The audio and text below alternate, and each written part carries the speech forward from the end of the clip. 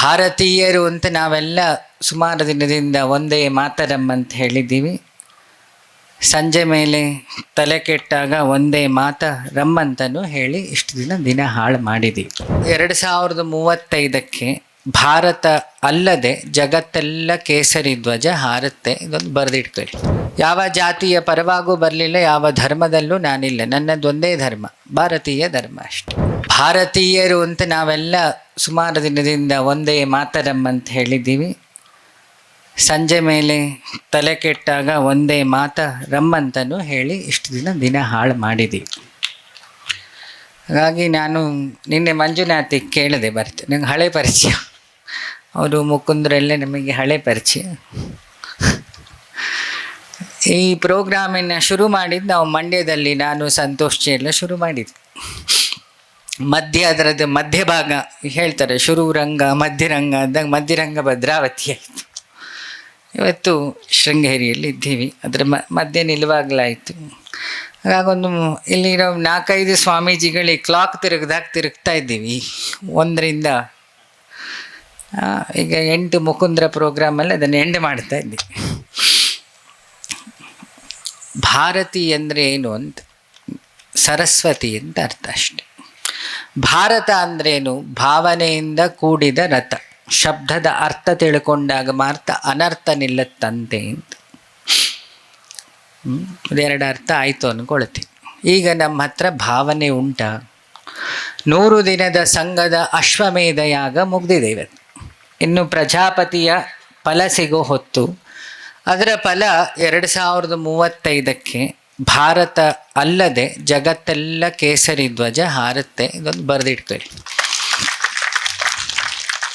ಮತ್ತು ನಾವಿರ್ತೀವೋ ಇಲ್ವೋ ಆದರೂ ಹೇಳಿದ್ದೀವಿ, ಭವಿಷ್ಯ ಅಂತಲ್ಲ, ಸತ್ಯ ಅಷ್ಟೆ. 100 ಅಶ್ವಮೇಧ ಯಾಗ ಆದಮೇಲೆ ಅವನು ಪ್ರಜಾಪತಿ ಹಿರಣ್ಯಗರ್ಭನ ಸ್ಥಾನಕ್ಕೋ ಇಂದ್ರನ ಸ್ಥಾನಕ್ಕೋ ಹೋಗಬೇಕು ಅಂತುಂಟು ಶಾಸ್ತ್ರ. ನಹುಷ ಯಾಗ ಮಾಡಿದ್ದ, ನಹುಷ ಸ್ವಲ್ಪ ದಿನ ಇಂದ್ರನೂ ಆಗಿದ್ದ. ಇವತ್ತು ಭಾರತ, ಇಂದ್ರ ಅಂದರೆ ರಾಜ. ಗೀತೆಯಲ್ಲಿ ಕೃಷ್ಣ ಹೇಳಿದ್ದಾನೆ, ರಾಜರಲ್ಲಿ ನನ್ನ ವಿಭೂತಿ ಇಂದ್ರ, ಪ್ರಾಣಿಗಳಲ್ಲಿ ಗೋವು, ಪಕ್ಷಿಗಳಲ್ಲಿ ಗರುಡ, ಸರ್ಪಗಳಲ್ಲಿ ಶೇಷ, ಸ್ತ್ರೀಯರಲ್ಲಿ ಮಾತೆ. ಯಾಕಲ್ಲ ಅಭಿಷೇಕ ಮಾಡಿ ಬಂದೆ ಅಂದರೆ, ನಾನು ಕೂತ ಆ ಸಿಂಹಾಸನ ಶುಭ್ರ ಆಗಲ್ಲ, ಆ ತಾಯಿ ಕೂತು ಶುಭ್ರ ಆಯ್ತಷ್ಟೆ. ಯಾಕೆ ನನಗೆ ಈ ಭಾಷಣದ ಮೇಲೆಲ್ಲ ನಂಬಿಕೆ ಇಲ್ಲ. ಈ ವರ್ಷ ಮೊನ್ನೆ ಅಯೋಧ್ಯೆ ಫ್ಲಾಗ್ ಹಾಸ್ಟ್ ಆಗ್ತಾ ನಾವು ನಮ್ಮ ಗೋಪಾಲ್ಜಿ ಅವರಿಗೆಲ್ಲ ಹೇಳಿದ್ವಿ.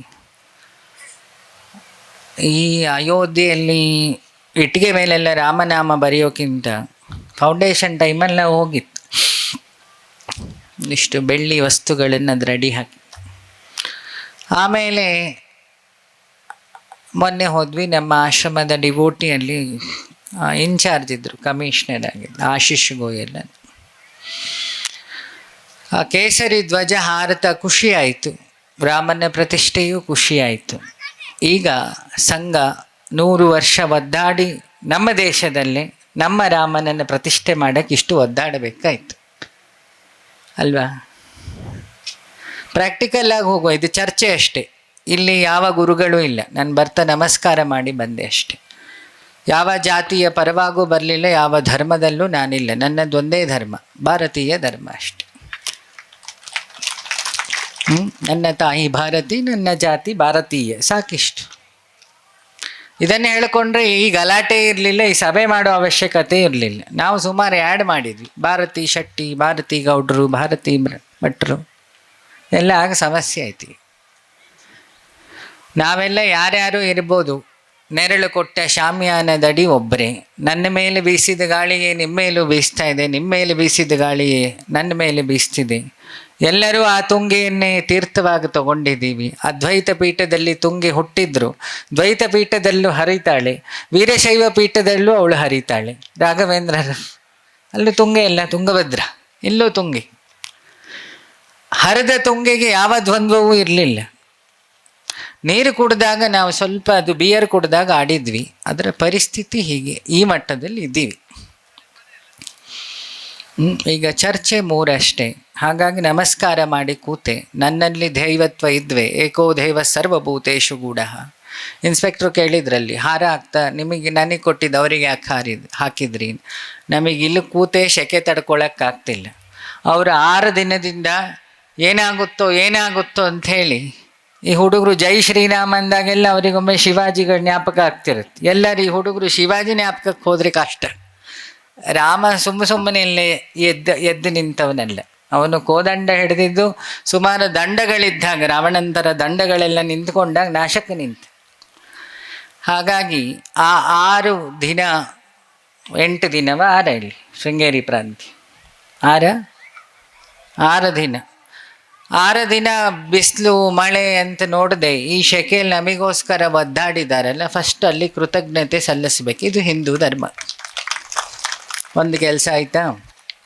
ಯಾರು ನಮ್ಮನ್ನು ರಕ್ಷಣೆ ಮಾಡ್ತಾರೋ ಫಸ್ಟ್ ಅವರಿಗೆ ನಮಸ್ಕಾರ. ಈಗ ಹೇಳ್ತಾ ಇದ್ರು ಅವರು ಶೃಂಗೇರಿಯಲ್ಲಿ ಶಂಕಾಮಹರತೀತಿ ಶಂಕರಃ ಅಂತ. ಇಡೀ ಜಗತ್ತು ದ್ವಂದ್ವದಲ್ಲಿತ್ತಂತೆ. ಈಗ ನೀವೆಲ್ಲ ಮಾಡಿದ್ದನ್ನು ಭಗವತ್ಪಾದರು ಒಬ್ಬರೇ ಮಾಡಿದ್ರಲ್ಲಿ. ಯಾವ ದೇವರನ್ನು ಪೂಜೆ ಮಾಡೋದು, ಇದು ಧರ್ಮನೋ ಏನೇನೋ ಆಗಿ ಚಿತ್ರನೇ ಆಗಿತ್ತು. ಅವಾಗ ಉಳಿದ ಧರ್ಮಗಳಿನ್ನೂ ಹುಟ್ಟಿರಲಿಲ್ಲ. ಇದು ನಮ್ಮೊಳಗೆ ಆದ ಮನೆ ಜಗಳ ಸರಿ ಮಾಡಲಿಕ್ಕೆ ಮಹಾದೇವ ಇಳಿದ ಕೆಳಗೆ. ಹೇಗೆ ಬಂದ? ಆಚಾರ್ಯ ರೂಪದಲ್ಲಿ ಬಂದ. ಆಚಾರ್ಯ ರೂಪದಲ್ಲಿ ಬಂದು ನಮ್ಮನ್ನೆಲ್ಲ ಸರಿ ಮಾಡಲಿಕ್ಕೆ 6 ಪದ್ಧತಿಗಳನ್ನು ಕೊಟ್ಟು ಹೋದರು. ಶಾಕ್ತ, ವೈಷ್ಣವ, ಗಾಣಪತ್ಯ, ಸೂರ್ಯೋಪಾಸನೆ, ಸ್ಕಂಧ, ಈ 6 ಕೊಟ್ಟು ಹೀಗೀಗೆ ಮಾಡಿ ಇಲ್ಲಿಗೆ ಬರಲಿಕ್ಕೆ ನೀವು ಈ ರೂಟಲ್ಲಿ ಬಂದರೆ ಶಾಕ್ತೋಪಾಸನೆ, ಹೀಗೆ ಬಂದರೆ ಶೈವ, ಆ ಬದಿಯಿಂದ ಬಂದರೆ ಸ್ಕಂದ. ಗುರಿ ಒಂದೇ, ಗುರು ಬೇರೆ ಇರಬಹುದು, ಗುರಿ ಒಂದೇ. ಈ ರೀತಿಯ ಇನ್ನಷ್ಟು ವಿಡಿಯೋಗಳು ನಿಮಗೆ ಸಿಗಬೇಕೇ? ಹಾಗಾದ್ರೆ ಈಗಲೇ ನ್ಯೂಸ್ ಮಲ್ನಾಡ್ ಚಾನೆಲ್ನ ಸಬ್ಸ್ಕ್ರೈಬ್ ಆಗಿ, ಕೆಳಗಿರೋ ಸಬ್ಸ್ಕ್ರೈಬ್ ಬಟನ್ ಮೇಲೆ ಕ್ಲಿಕ್ ಮಾಡಿ ಉಚಿತವಾಗಿ ಸಬ್ಸ್ಕ್ರೈಬ್ ಆಗಿ. ನಿಮ್ಮ ಒಂದೊಂದು ಸಬ್ಸ್ಕ್ರೈಬ್ ಕೂಡ ನಮಗೆ ಬೆಂಬಲ, ಸ್ಫೂರ್ತಿ.